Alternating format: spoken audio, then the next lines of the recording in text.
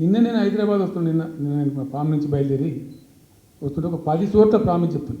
10 ప్లేసెస్లో పక్క పంట వేసుకోగానే కార్లో కూర్చున్న 2 స్టీరింగ్ ఇచ్చిపెట్టి 2 చేతులు మీకు పెట్టింది. బాస్ మళ్ళీ మనం జల్దీ రావాలి, మనమే వస్తున్నాం, నెక్స్ట్ మనమే అని దుక్కుతున్నాడు.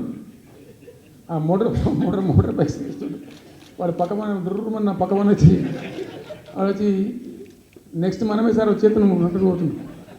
హైదరాబాద్ సిటీలో అనేక ప్లేసెస్లో కనీసం ఒక 10-12 ప్లేసెస్లో అట్లా చెప్తున్నాడు జనం. అది దేనికి సంకేతం?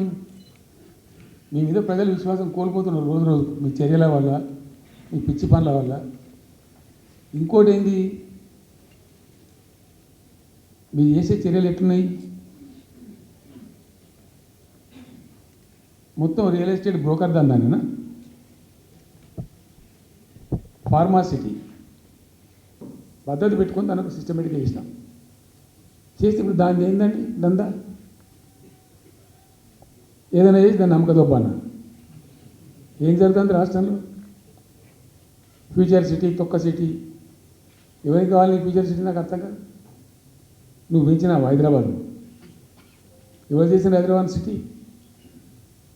ఇంత వైబ్రాంట్ సిటీ ఎక్కడికి వెళ్ళి వచ్చింది? 400 సంవత్సరాల చరిత్రతో దీనికంతా ఒకటి పోతే సరికి ఆటోమేటిక్గా పెద్ద సిటీ అయింది.